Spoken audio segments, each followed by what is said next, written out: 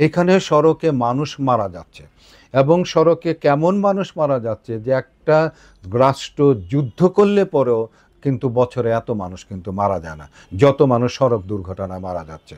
কারণ হচ্ছে কি যে আমাদের দেশে কিন্তু যে ডাটা, আমাদের দেশে ডাটা নাই, কেউ কিন্তু ডাটা, এটা কিন্তু সরকারের, এই দায়িত্বটাও কিন্তু সরকারের, যে কত মানুষ মারা যায়, কত মানুষ আহত হয়, এই টোটাল হিসাবটা কিন্তু সরকারকে করতে হবে, কিন্তু এটা সরকার করে না। তো যে কারণের জন্য আমাদের এখানে যেটা বলা হয়েছে যে জাতিসংঘের মাধ্যমে যে ডাটা, সেটা হলো 31,000 মানুষ।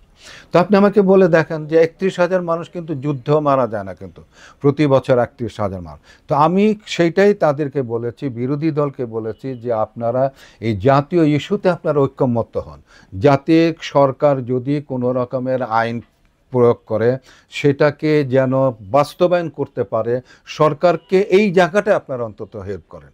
কিন্তু দেখা গেছে যে তারা কিন্তু কখনোই কিন্তু হেল্পটা করে না। এবং সরকার এবং বিরোধী দল আমাদের এই দেশে আপনি দেখেন কোনো বিষয়ে কিন্তু ঐক্যমতে কিন্তু আসে না কিন্তু, বিশেষ করে জাতীয় যে বিষয়গুলো আছে সারা পৃথিবীতে।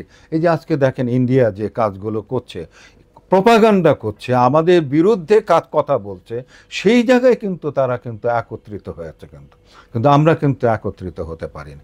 তো এইভাবে মানে হতে পারি না বলেই কিন্তু 31 বছর ধরে আমার এই সংগ্রাম করতে হয়েছে।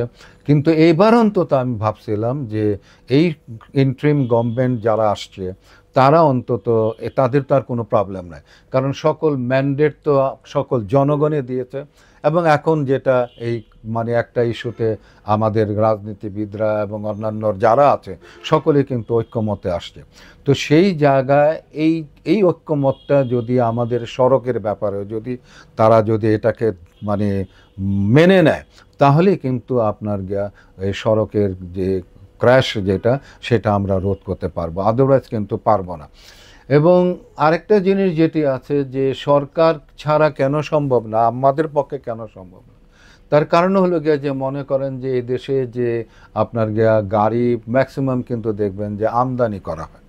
তো এখন এই যে আমদানি করা হয় এটা কিন্তু বাণিজ্য মন্ত্রণালয়ের আন্ডারে কিন্তু আছে, কিন্তু এই বাণিজ্য মন্ত্রণালয় কোনো দিনই কিন্তু সড়কের সঙ্গে রিলেটেড যে যারা আছে তাদেরকে কোনো দিনে জিজ্ঞাসা করে না কেন যে কি গাড়ি এই দেশে আমদানি হবে, কি আমাদের রাস্তার উপরে চলাটা সুবিধা হবে, কোনটা অসুবিধা, কোনটা মানে চললে পরে আমাদের দুর্ঘটনা ঘটবে, এগুলো কোনো কিছুই নেই, কোনো মানে সমন্বয় আমাদের এখানে নাই কিন্তু। তো সমন্বয় নাই, এবং এই যে যার যার মতো করে এখানে, তারপরে এমনকি যে শিল্প মন্ত্রণালয় যে আছে, এখন জানেন যে নসিমন, করিমন, বটবটি এই সমস্ত কিন্তু আমাদের দেশে উৎপাদন হচ্ছে, এবং সেটা কিন্তু শিল্প মন্ত্রণালয়ের কিন্তু অনুমতি নিয়ে করছে কিন্তু। তো এই যে ব্যাটারি চালিত গাড়ি সমস্ত কিছু কিন্তু আপনার শিল্প মন্ত্রণালয়ের কাছ থেকে পারমিশন, শিল্প মন্ত্রণালয় যে পারমিশন দিচ্ছে, এগুলো যে দুর্ঘটনা ঘটাবে কারো কাছে কিন্তু জিজ্ঞাসা করছে না কিন্তু।